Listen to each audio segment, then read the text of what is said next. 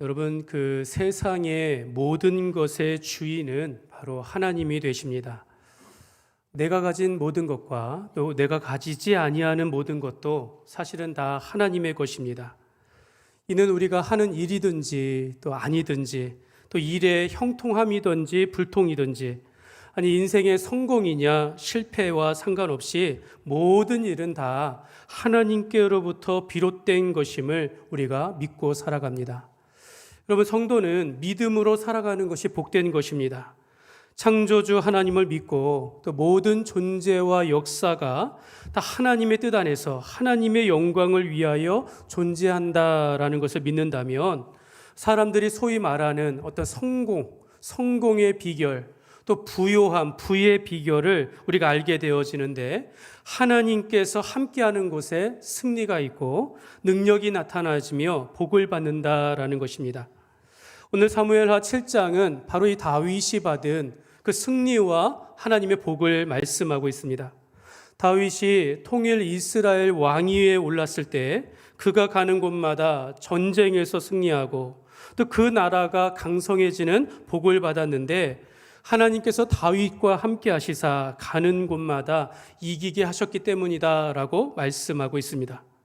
하나님은 다윗과 언약을 맺으시면서 너의 후손 가운데 그리스도께서 우리를 구원하실 그리스도께서 오실 것을 약속하셨고 그의 하나님의 나라의 왕위가 견고하며 영원할 것을 약속하셨습니다.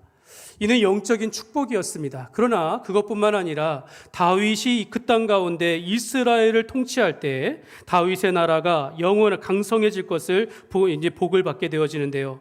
그를 위대하게 하리라라는 말씀처럼 다윗이 가는 곳마다 하나님께서 함께 하시사 승리하게 하셨다라는 것입니다. 오늘 다윗의 왕위가 얼마나 축복을 받았는지를 우리가 함께 살펴보면서 다윗이 받은 그 승리와 복의 비결, 이걸 한번 우리가 두 가지로 주제를 가지고 우리가 살펴보면서 우리도 이 땅을 살아가는데 하나님께서 우리의 삶의 주제가 되시면서 그분이 함께 하실 때 우리도 승리하고 우리도 복을 받는다라는 이런 믿음 가운데 나아가는 복된 시간이 되시기를 주님의 이름으로 축복합니다. 첫 번째로 어디를 가든지 하나님께서 이기게 하셨습니다. 한번 같이 한번 읽겠습니다. 어디를 가든지 하나님께서 이기게 하셨습니다. 이런 은혜가 여러분 가운데 함께 하시기를 주님의 이름으로 축복합니다.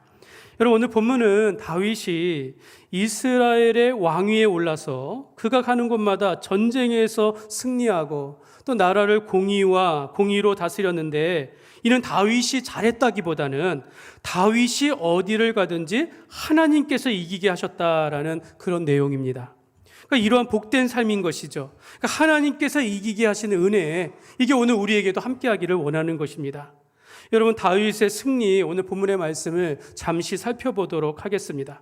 여러분, 이 그림을 한번 보시면요, 다윗이 정복한 그 국가 나라들을 이렇게 동그라미로 쳤습니다. 블레셋, 에돔, 모압, 암몬, 아람, 하맛.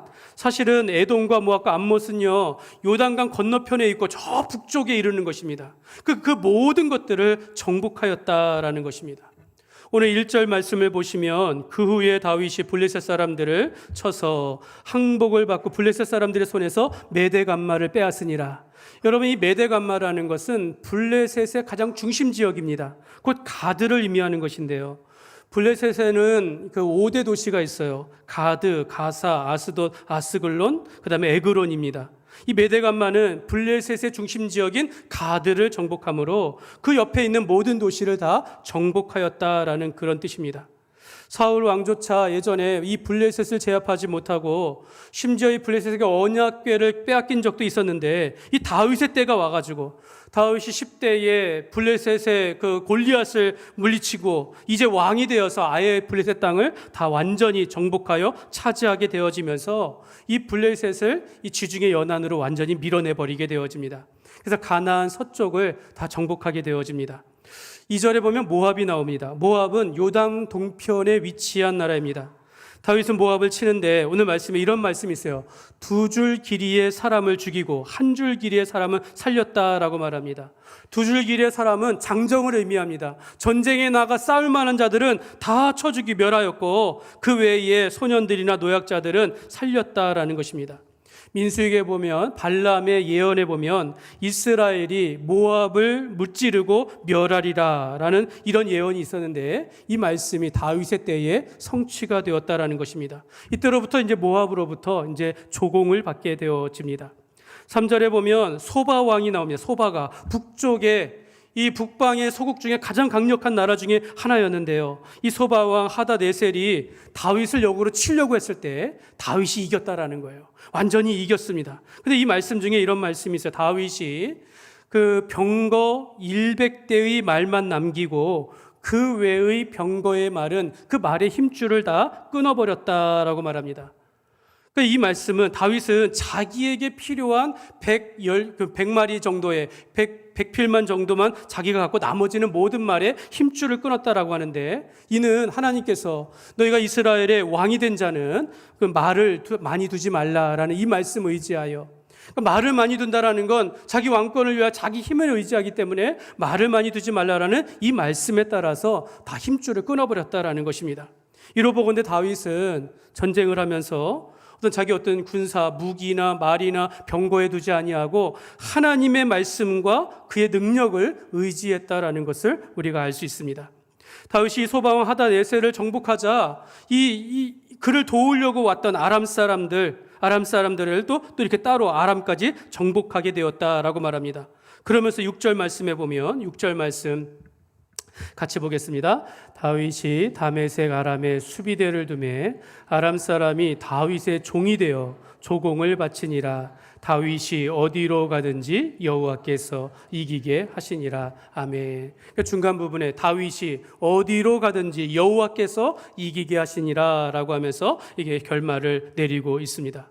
그리고 13절에 다윗이 소금 골짜기에서 에돔 사람 18,000명을 쳐 죽이고 돌아와 명성을 떨쳤다 라고 말하면서 다윗이 가는 곳마다 이제 이기고 이것이 완전히 소문나게 되었다라는 것입니다. 이로 인하여 아람이 다윗에게 패배했다라는 말을 듣고 하마당 도의가 다윗 앞에 이제는 친히 찾아와가지고 와서 문안하면서 자진해서 은그릇과 금그릇과 녹그릇을 다윗에게 바쳤다라고 말씀하고 있습니다.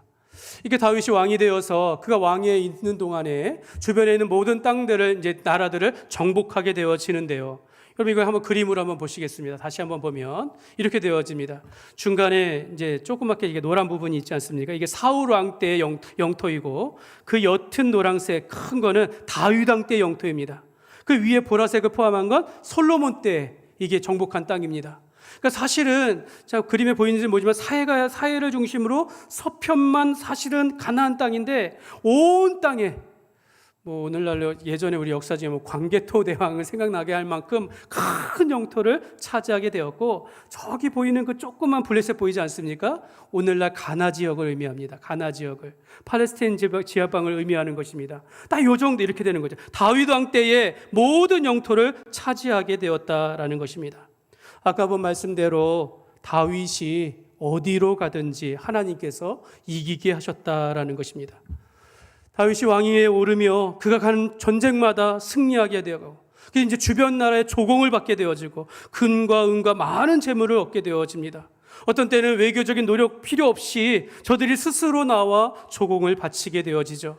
다윗이 어떤 전쟁 수행 능력이 좋아가지고 이겼다라기보다는 다윗의 지혜가 있기 때문에 그렇다기보다는 그 승리의 비결은 하나님께서 다윗과 함께 하시사 그가 가는 곳마다 이기게 하셨다라는 것입니다. 전쟁은 하나님께 속해 있는 것이고 하나님이 이기게 하신다라는 것을 다윗의 삶을 통하여 알게 되어집니다. 그러므로 여러분 우리의 인생의 승리도, 여러분 우리의 인생의 성공도 하나님께 달려있고 하나님께서 저와 여러분의 삶에 이기게 하시는 그런 은혜가 넘치시기를 주님의 이름으로 축복합니다. 여러분 이 다윗이 받은 이 축복은요, 전장에서 나단 선지자가 하신 말씀과 동일합니다. 7장 9절 말씀에 보면 이렇게 말해요. 주친 걸 보면 네가 가는 모든 곳에서 내가 너와 함께 있어서 내 이름을 위대하게 만들어 주리라. 지금 이렇게 된 거예요. 하나님께서 다윗과 함께 하시사 하나님께서 다윗과 함께 하시니까 가는 곳마다 이기게 하시면서 그 이름을 위대하게 하셨다라고 말씀하고 있는 것입니다. 그러면 여러분, 하나님께서 함께 하시는 그 사람의, 하나님께서 함께 하시는 그 교회의 축복이 얼마나 놀라운지를 우리가 알아야겠습니다. 제가 여러분들 가운데 부러워하거나 또 내가 인정하거나 내가 이런 유형의 성도들이 계시는데 바로 하나님과 함께하는 사람입니다. 하나님께서 함께 하시는 사람, 제가 그분을 인정해요. 그분을 인정한다는, 그가 가진 어떤 재물이나 배경이나 외모가 부러운 것이 아니라 그가 그를 사랑하시고 그와 함께 하시는 그 하나님을 보게 될 때 제가 그분을 인정하는 거예요. 동일하게 하나님 앞에서 내가 존경하게 되어집니다. 자기를 자랑하는 자보다 주와 함께 내가 무슨 일이 있을 때마다 하나님 앞에 나와 기도하거나 주님을 의지하거나 좀 기도해 주십시오라고 하면서 늘 하나님을 의지하는 사람들을 보면 제가 인정한다라는 거죠. 왜 그렇습니까?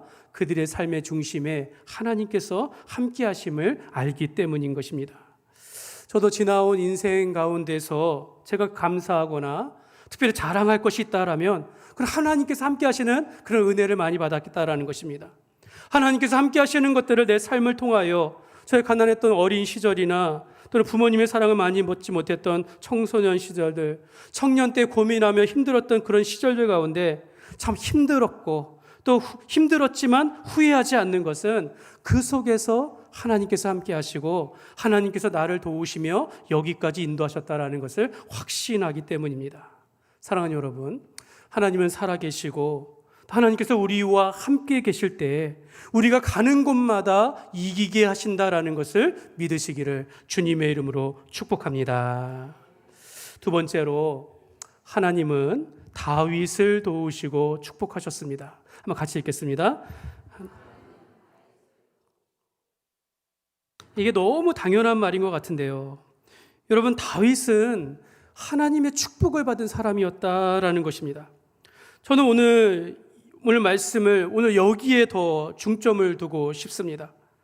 다윗은 하나님의 사람이고 하나님이 붙드시는 사람이니까 하나님께서 그에게 복을 주셨다라는 거예요. 다윗이 어디를 가든지 첫째는 하나님께서 그와 함께 하셨고, 둘째는 가는 곳마다 이기게 하셨고, 셋째는 재물 얻는 능력을 주셨다라는 것입니다. 여러분, 하나님께서 함께 하시는 인생은 바로 이런 것입니다. 어디를 가든지 하나님께서 동행하시고 대적을 물리쳐 주시며 그에게 필요한 것들을 채워주신다라는 것입니다. 여러분, 하나님이 함께 하시는 사람이라는 건 하나님을 향한 열심을 가지고 있는 사람이에요. 믿음 있는 사람들입니다. 그가 하는 일들마다, 그가 주님을 위하여 일하는 것들마다 필요한 것들로 넉넉하게 채워주신다라는 것입니다. 다윗은 전쟁에서 승리하면서 그 전쟁에 많은 전리품들을 얻었을 뿐만 아니라 모압과 소바와 아람 나라는 다윗에게 그 나라에 조공을 바쳤습니다. 그리고 하달에셀은 많은 노출 거기에서 빼앗아 가져왔고, 10절에 보면 요람이 은그릇과 금그릇과 녹그릇을 가져다가 바침으로 이 다윗이 얼마나 많은 재물을 얻게 되었는지 모릅니다. 그러니까 이 모든 것이 하나님이 주신 축복이라는 것입니다. 제가 이제 뒤에 좀 소개하겠지만 어느 목사님이 한 책에 보니까 이런 말을 하대요. 우리가 돈에 대해서 좀 솔직해보자. 이런 책에 그런 말이 있더라고요. 여러분, 신명기 8장 17절과 18절 말씀에 보면 이런 말씀을 합니다. 같이 읽겠습니다. 그러나 네가 마음에 이르기를 내 능력과 내 손의 힘으로 내가 이 재물을 얻었다 말할 것이라. 네 하나님 여호와를 기억하라. 그가 네게 재물 얻을 능력을 주셨음이라. 이같이 하심은 네 조상들에게 맹세하신 언약을 오늘과 같이 이루려 하심이니라. 아멘. 그러니까 언약을 따라 살아가는 사람들, 하나님의 말씀을 따라 살아가는 자들에게는 재물 얻는 능력을 주셨다라는 겁니다. 아까 말씀에 다윗이 어디를 가든지 하나님께서 이기게 하셨다, 하나님이 이기게 하신 것처럼 오늘 하나님 안에서 살아가는 자들에게는 재물 얻는 능력을 주셨다라고 말씀하고 있는 것입니다. 다 그런 거죠. 사람들은 보통 내게 재물이 많으면 내 능력과 내 손으로 했기 때문에 이게 많이 얻었다라고 그렇게 자랑을 해요. 근데 그렇지 않다라는 거예요. 우리의 재물도 하나님께서 오늘 우리에게 재물 얻는 능력을 주셨기 때문이다라는 것입니다. 그러니까 우리가 가진 모든 재물들이 다 하나님이 주신 능력으로 받은 것이다. 이것이 바로 복이 된다라는 것입니다. 사랑하는 여러분, 하나님이 함께 하시면 우리의 걸음을 인도하실 뿐만 아니라 또 가는 곳마다 원수들로부터 승리하게 하실 뿐만 아니라 바로 그곳에서 많은 복을 받습니다. 다윗은 전쟁에서 승리함으로 셀 수 없는 전리품을 얻었고, 또 어떤 때는 외교 정책을 통하여 금과 은과 녹과 또 제목과 돌을 얻었다라고 성경은 말합니다. 그러니까 이 모든 것이 다윗이 받은 복이었어요. 근데 놀라운 것은요, 다윗이 이런 헤아릴 수 없는 전쟁의 전리품들과 금과 은과 놋은요, 그가 하나님을 의지하고 하나님의 말씀에 순종하며 하나님을 향하여 열심을 다하였기 때문에 뒤따라온 축복이었다라는 것입니다. 여러분, 이 사실을 꼭 기억하십시오. 왜 받았을까? 어떻게 받았을까? 제가 힌트를 오늘 말씀에 정말 하나님의 열심 뒤에 받은 따라오는 축복이라는 것을 오늘 성경이 말하는데요. 여러분 1절 말씀 보시면 이 표현이 있어요. 1절 말씀 보시면 그 후에라는 표현이 있어요. 그 후에. 오늘 1절의 시작이 그 후에, 이 말은 앞장에 있는 말씀을 받고 그 후에 이런 일이 있었다라는 거예요. 앞장에 있는 말씀을 받고 오늘 전쟁에 승리하고 많은 복을 받았다라는 것인데요. 이전 장에서 어떤 내용이 있었냐면 하나님께서 다윗이 성전을 건축하고자 하는 이걸 거절하시지만 그의 마음을 받으시면서 그리고 축복하신다라는 내용입니다. 너의 이름을 위대하게 하리라 라고 하시면서 오늘 말씀이 이어지고 있는 것입니다. 하나님은 이미 다윗이 성전을 건축하고자 하는 그 마음을 기쁘게 받으셨고 너의 왕위를 견고하게 하며 너를 위대하게 하리라 라고 약속하셨는데 다윗이 왕위에 있는 동안에 이렇게 강하여지고 많은 재물을 얻게 되었다라는 것입니다. 그리고 또 한 가지는 다윗이 이렇게 하나님의 복을 많이 받을 수 있었던 것은 하나님을 향한 열심이 있었기 때문이다라는 것입니다. 다윗이 재물의 복을 받는 비결이 바로 여기를 말하는 건데요. 10절부터 12절 말씀을 보시면요. 제가 밑줄 친 것만 보겠습니다. 이 요람이 은그릇과 금그릇과 녹그릇을 다윗에게 가지고 왔다라고 말합니다. 그러면서 11절 말씀에 보면 다윗 왕이 그것도 여호와께 드렸다라고 말합니다. 그것도라는 걸 보면 앞에 전쟁에서 승리했던 전리품들도 하나님께 드렸다라는 겁니다. 그리고 12절에 보면 하다네셀에게서 노력한 것과 같이 다 드렸다라고 이렇게 말씀하고 있다라는 것입니다. 그리고 여러분, 다윗이 전쟁에서 얻은 전리품들과 또한 노력한 것들, 또 은과 금과 녹과 같은 이 모든 것들을 다 여호와께 드렸다라는 것입니다. 사실은 이거를 내 소유로 할 수 있었습니다. 그러나 그렇게 하지 아니하고 이것들을 전부 다 하나님께 드렸다라고 말씀하고 있는 것입니다. 다윗은 전쟁에서 얻은 이 모든 재물을 자기의 것이 아니라 하나님의 것이 되게 하였습니다. 결국 다윗이 어디를 가든지 이기게 하셨는데 거기서 나온 모든 은과 금과 놋과 제목들과 그 모든 것을 하나님께 예물로 드렸다라는 것입니다. 그렇다면 여러분, 이 모든 전쟁이 누구를 위한 전쟁이었겠습니까? 하나님을 위한 전쟁이었다라는 거죠. 이와 같이 주님을 위하여 열심을 다하는 자에게 하나님께서 반드시 도우신다라는 것입니다. 그의 말씀에 순종하며 주께 열심히 하는 자에게 이러한 다윗이 물질의 재물의 복을 받았다라고 말씀하고 있는 겁니다. 송중기 목사님의 4개의 재물 얻을 능력을 주셨다라는 책의 제목이 있습니다. 이 책에 성경이 말하는 10가지의 부의 원리에 대한 이게 내용인데요. 제가 사서 이제 가볍게 읽은 책이긴 한데요.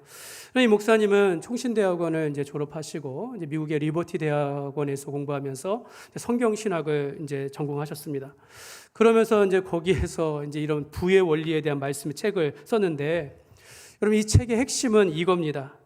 하나님은 우리에게 돈 대신에 돈 벌 능력을 주셨다라는 겁니다. 그 목사님은 어린 시절 참 힘들게 자랐나 봐요. 이렇게 부모님이 늘 새벽부터 새벽까지 일하는, 월세방에서 월세 내기도 힘든 그런 힘든 시절을 살았다고 합니다. 근데 이 목사님이 학창 시절에 예수님을 만나면서 그때로부터 모든 생각이 변했다라는 거예요. 나는 가난한 집의 아들이 아니라 하나님의 아들이다. 이런 생각을 갖고 믿음을 갖게 되었다는 거예요. 예수님 때문에 그의 말과 생각과 삶이 완전히 변했다는 거죠. 그래서 세상을 보는데 이제는 하나님보다 더 큰 것이 없다는 것, 하나님이 정말 크게 보였다는 것이에요. 자기 집의 가난함과 그 불우한 시절 때문에 정말 상처를 받으며 자랄 수 있었지만 예수님을 만난 후부터는 한 번도 상처를 받아본 적이 없는 새 마음이 생겼다라고 그렇게 고백을 합니다. 저는 이 말을 너무 공감합니다. 한 번도 상처받아 본 적이 없는 새 마음을 받았다. 여러분, 우리가 예수님을 믿으면요, 예수님 때문에 무섭지 않습니다. 여러분, 예수님을 믿으면 예수님 때문에 두렵지 않다라는 거예요. 예수님 때문에 우리가 아파도 아프지 않는 하나님의 뜻을 바라보며 살 수 있다라는 것입니다. 가정 형편이 나아진 것도 아닌데, 환경이 변하지 않았지만 나의 아버지, 크신 하나님 아버지를 보고 예수님 안에서 믿음으로 살아가니까 환경이 내 삶에 영향을 주지 않고 오직 믿음 가운데 새로워지게 되었다라는 것입니다. 그 책에서 말하는 것이 하나님은 내게 돈 대신에 돈 벌 능력을 주셨다라는 거예요. 보통 사람은 부자가 되려고 생각하고는 부자가 되려면 돈을 많이 벌어야겠지 하면서 어떻게 하면 돈 많이 벌까 이런 생각한다라는 거예요. 그러나 성도는 그렇지 않다라는 거예요. 부자가 되려 하는 것보다 부자의 마음을 가져야 한다라는 겁니다. 부자의 마음, 부자의 정체성을 가져야 한다라는 겁니다. 여러분, 우리가 정말 내 하나님이 내 아버지이시다라는 거예요. 모든 눈에 보이는 내 재물을 쫓는 것이 아니라 부자가 무엇인지 정말 이 보이지 아니하는 부의 근원, 능력의 근원 되시고 우리의 생명의 근원 되신 하나님을 보게 된다라는 거예요. 하나님이 나와 함께 하시니 이 모든 세계의 소유자가 되시는 하나님이 내 아버지이시니 내가 무엇이 두렵겠느냐라는 것입니다. 그래서 목사님은 말해요. 솔직해지자라는 거예요. 정말 내가 돈에 대해서 어떤 마음을 갖고 있는지, 내가 하나님을 바라보며 내가 이 돈보다 하나님을 바라보며 살아가는지 아니면 지금 재물 바라보며 살아가고 있는지 솔직해지자라는 것입니다.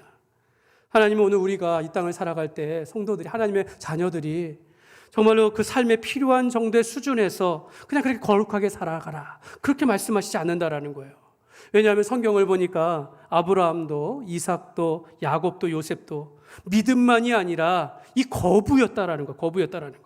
하나님, 우리가 돈이 필요할 때 확 돈을 주는 것, 이런 것은 뭐 때로는 있겠지만요, 이것이 아니라 재물을 얻는 능력을 우리에게 주셨다라는 것입니다. 하나님께서 우리와 함께 하실 때 가는 곳마다 전쟁에서 승리하게 하실 뿐만 아니라 우리가 하는 일들마다 함께 하시사 재물을 얻는 능력을 우리에게 주시사 우리에게 부를 더하신다라는 것입니다. 그래서 잠언 22장 4절 말씀에 이렇게 말씀합니다. 같이 읽겠습니다. 겸손과 여호와를 영광과 생명이니라. 우리 한 번 더 읽겠습니다. 겸손과 여호와를 경외함의 보상은 재물과 영광과 생명이니라. 아멘. 여러분, 하나님을 경외하는 것, 하나님을 두려워하며 하나님을 사랑하는 것을 의미합니다. 그 책에 그 목사님이 이렇게 얘기해요. 우리가 하나님을 사랑하기 전에 하나님께서 우리를 먼저 사랑하셨다라는 걸 우리가 알아야 한다라는 겁니다. 하나님이 우리를 얼마나 사랑하셨습니까? 그 아들을, 그 독생자 예수 그리스도를 우리에게 내어주시고 죽게 하시기까지 우리를 사랑하시지 않았습니까? 그 사랑의 값을 우리가 받았다라는 거예요. 하나님이 우리를 얼마나 사랑하는지를 우리가 깨닫게 되어지면 우리가 은혜 받고 감사하며 행복한 삶을 살아가지만 하나님의 자녀답게, 하나님의 사람답게 그 걸맞게 살아가려고 애쓴다라는 거예요. 이게 경외함이다라는 것입니다. 여러분, 우리가 하나님의 사람으로 살아가는데 하나님의 사랑을 깨닫지 못하고 우리가 죄 가운데 살아가면 하나님께 두려운 거예요. 내가 하나님의 자녀인데 이래도 되는가? 이게 경외함이다라는 것입니다. 이렇게 하나님을 우리가 받은 사랑만큼 이웃을 사랑하는 것, 이게 바로 하나님을 경외하는 것인데 하나님을 경외하는 자에게 재물과 영광과 생명을 주신다라고 말씀하고 있습니다. 먼저 그의 나라와 그의 의를 구하는 자에게, 하나님의 일에 열심히 하는 자에게 너희에게 필요한 모든 것들을 주신다라고 약속하신 것처럼 하나님을 경외하는 자에게 재물과 필요한 모든 것을 넉넉히 공급하여 주신다라는 것입니다. 다윗은요, 그가 전쟁에서 얻은 재물들을 다 하나님께 드렸습니다. 여기서 한번 질문을 드리겠어요. 다윗은 전쟁에서 얻은 이 재물들을 하나님께 드린 이유가 무엇일까요? 다윗이 전쟁에서 승리한 그 전리품들과 은과 금과 녹과 뒤에 보면 돌과 제목들, 이런 것들을 하나님께 드렸는데 드린 이유가 무엇일까요? 감사해서? 아니, 내 것이 아닌 하나님의 것이니까 하나님께 드렸다고 그렇게 생각하십니까? 제가 그 힌트를 한번 드려볼게요. 한번 생각해 보십시오. 여러분, 사무엘하 6장에서 다윗이 하나님의 법궤를 자기의 성으로 들여왔습니다. 그리고 7장 다음 장에 가서 다윗이 하나님의 법궤가 나의 궁에 비하여 너무 초라한 곳에 있다라는 것을 보고선 하나님의 성전을 건축하고자 하는 마음을 갖게 되었습니다. 그러나 하나님은 그걸 거절하시고 네 아들 솔로몬을 통하여 하나님의 전을 건축하리라 라고 말씀하시고 오늘 8장에 넘어왔습니다.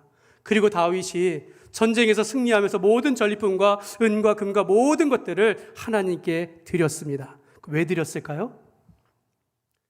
아들이 성전을 건축할 때 필요한 모든 재료들을 미리 준비하였다라는 것입니다. 하나님께서 내 아들 솔로몬을 통하여 하나님의 전을 짓는 일에 내 가진 모든 것들을 하나님께 드렸다라는 것이 이 말씀의 흐름이다라는 것입니다. 이것이 하나님을 향한 다윗의 열심이었다라는 거죠.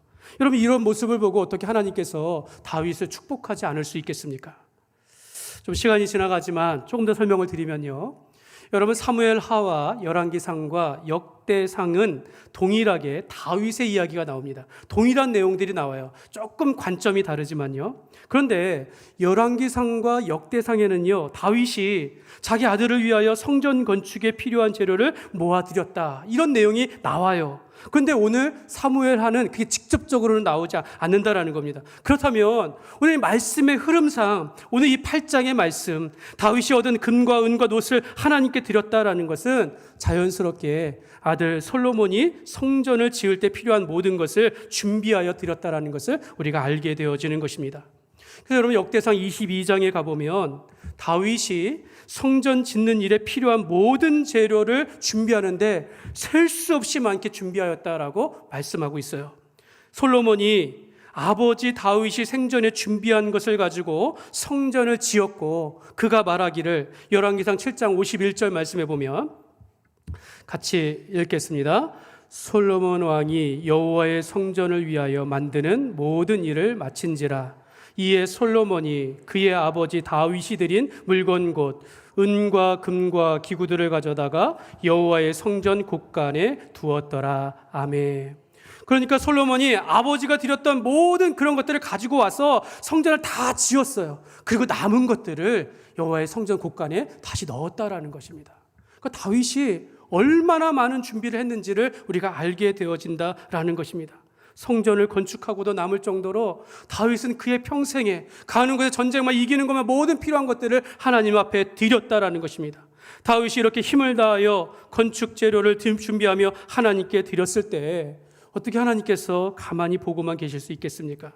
다윗이 가는 곳마다 이기게 하시고 그에게 재물 얻는 능력을 주시사 차고 넘치는 복을 주셨다라는 것입니다. 사랑하는 여러분, 이건 물질만을 말하는 것은 아닙니다. 여러분, 하나님께서 하나님을 향하여 열심히 하는 곳에는 하나님께서 함께 하시며 역사하신다라는 거예요. 여러분, 노아는요, 하나님의 말씀대로 홍수때를 대비하여 방주를 지었을 때, 때가 되었을 때 하나님께서 각종 짐승들을 쌍으로 다 방주로 들여보냈다라고 말합니다. 방주를 지은 것은 노아였고 짐승들을 짝을 지어서 쌍으로 들어가게 한 것은 하나님이셨다라는 거예요. 하나님께서 역사하셨다라는 거예요. 아브라함은 아들 이삭을 하나님께 바치라는 이 사명을 듣고 산미길을 거쳐서 모리아 산에서 다 아들을 죽이라는 그 말씀에 순종하여 하나님 앞에 드릴 때에 하나님께서는 그를 위하여 순양을 준비하여 대신 드리도록 하셨다라는 것입니다. 여러분, 우리가 하나님을 위하여 열심히 할 때 하나님께서 채워주시고 하나님께서 역사하신다라는 것입니다. 여러분, 우리가 하나님을 위하여 놀라운 일들을 우리가 행할 때 하나님께서도 우리를 위하여 역사하신다라는 것입니다. 그러므로 여러분, 하나님은 우리가 주의 말씀을 준행하며 하나님을 향한 열심을 다할 때 차고 넘치는 복을 주신다라는 것을 믿으시기를 바랍니다. 하나님께서 우리를 부르신 일에 우리가 주님 앞에 늘 우리가 믿음으로 행할 때 하나님은 우리와 함께 하시사 가는 곳마다 이기게 하시며 복을 주신다라는 것을 믿으시기를 바랍니다. 여러분, 말씀을 맺겠습니다. 사랑하는 여러분, 겸손이라는 것, 여러분 고개를 숙이는 것만이 전부는 아닙니다. 또 하나님을 경외하는 것, 하나님을 무서워하는 것만이 전부는 아닙니다. 내가 죄인이니까 하나님 두렵습니다, 이게 경외하는 것이 아니라, 경외한다라는 것은요, 겸손하다는 것은요, 하나님께서 나의 하나님이심을 고백하는 겁니다.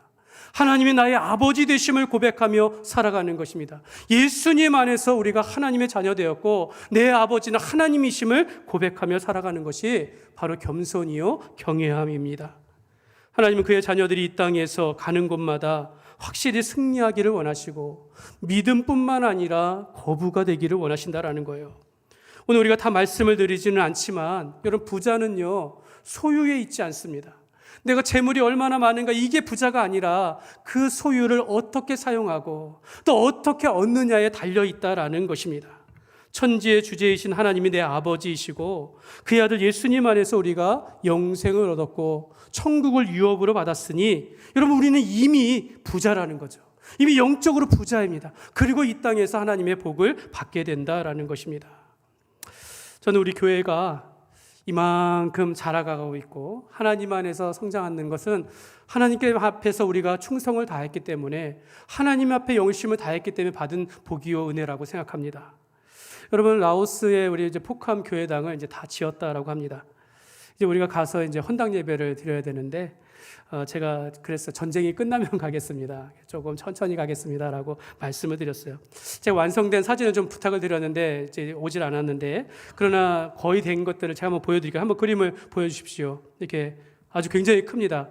내부도 일부인데요, 이제는 지금 다 지었다라고 하는데요, 저는 우리 교회가 좀 하나님의 나라를 위하여 라오스의 이 포캄 교회당을 건축하고, 또 지난해 우리 교회 1층에 우리 주일학교를 위하여 이렇게 리모델링을 하고, 또 우리가 가지고 있는 모든 사역에 최선을 다했을 때 우리가 이러한 하나님을 향한 열심을 가졌기 때문에 하나님께서 이만큼 성장하게 하시고 우리에게 필요한 모든 재물들을 채워주셨다라고 저는 그렇게 믿습니다.